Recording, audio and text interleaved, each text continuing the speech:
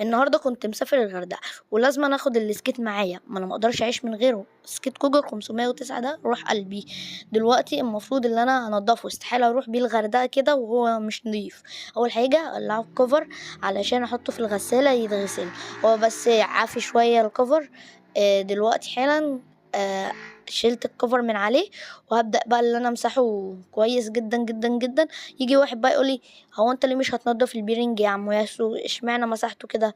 اقول له علشان البيرنج نضيفه وانا لسه منضفه من قريب. ما يجيش بقى واحد ذكي يقوم جاي منضف لي البيرنج بميه. لا، اللي عايز يتعلم ازاي ينضف البيرنج في فيديو انا سايبه لكم في قناتي هتلاقوه. بنضف في البيرنج وبعلمكم كل حاجه. طبعا المعها كويس. خش على التاني بقى. بسم الله وهوبا.